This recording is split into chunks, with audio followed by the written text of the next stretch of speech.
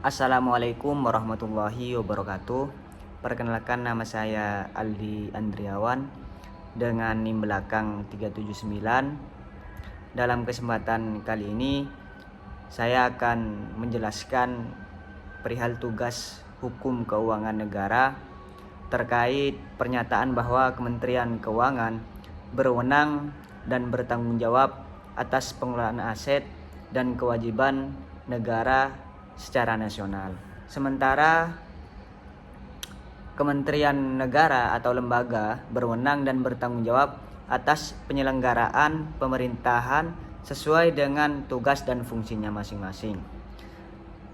Dalam hal ini, analisis pernyataan tentang ketentuan tugas Kementerian Keuangan dan kementerian atau lembaga lainnya, pernyataan yang dikutip merupakan prinsip dasar dalam tata kelola keuangan negara di Indonesia, yang bersumber dari kerangka hukum utama seperti Undang-Undang Nomor 17 Tahun 2003 tentang Keuangan Negara dan Undang-Undang Nomor 1 Tahun 2004 tentang Perbendaharaan Negara. Dalam hal ini, pernyataan ini mencerminkan pemisahan fungsi yang jelas antara pengelolaan aset atau kewajiban negara secara nasional dengan pelaksanaan tugas sektoral di tingkat kementerian atau lembaga. Nah, dari pernyataan di atas ada makna dan dasar hukum dalam pernyataan tersebut. Dalam bagian pertama, bagian pernyataan, dasar hukum utama Kementerian Keuangan berwenang dan bertanggung jawab atas pengelolaan dan kewajiban secara nasional. Yang kedua, dalam pemaknaan itu menunjukkan Kementerian Keuangan sebagai bendahara negara yang mengelola seluruh aset, BMN, investasi, piutang negara, dan kewajiban utang negara jaminan secara terpusat dan terintegrasi. Yang ketiga, dasar hukum utamanya ialah Pasal 6 Ayat 2 Undang-Undang Keuangan Negara. Menteri Keuangan sebagai pengelola fiskal. Pasal 3 Undang-Undang Perbendaharaan Negara. Kementerian Keuangan sebagai bendahara umum negara. Selanjutnya ada pemisahan fungsi Kementerian Keuangan dan Kementerian Teknis dalam aspek lingkup kewenangannya.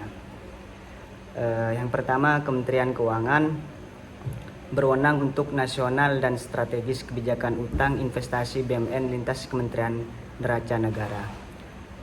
Untuk Kementerian Lembaga Teknis, kewenangannya dalam lingkup sektoral dan operasional penggunaan aset untuk program misalnya gedung sekolah. Dan juga ada tanggung jawab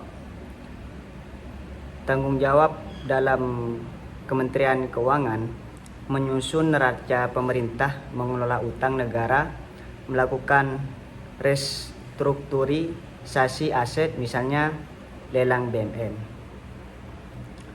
Dalam tanggung jawab Kementerian Teknis, yakni melaksanakan program kerja, mengusulkan kebutuhan anggaran, melaporkan penggunaan aset. Contoh praktisnya, Kementerian Keuangan mengelola SBN pinjaman luar negeri, menetapkan standar akuntansi pemerintahan. Untuk contoh Kementerian Teknis mengelola. Jadi dari pernyataan tersebut adalah pilar utama tata kelola keuangan negara yang memastikan yang pertama, sentralisasi pengelolaan aset atau kewajiban di Kementerian Keuangan untuk konsisten neraca negara. Yang kedua, desentralisasi pelaksanaan program di Kementerian Teknis untuk efektivitas layanan publik. Prinsip ini mencegah fragmentasi, memastikan akuntabilitas dan mendukung transparansi fiskal. Jika ada pelanggaran, misalnya Kementerian Teknis mengalihkan BMN tanpa izin, dapat dikenakan sanksi administratif hingga pidana Undang-Undang Nomor 1 Garing 2004 Pasal 68. Mungkin itu saja yang bisa saya sampaikan. Kurang lebihnya apabila ada kesalahan mohon dimaafkan. Assalamualaikum warahmatullahi wabarakatuh.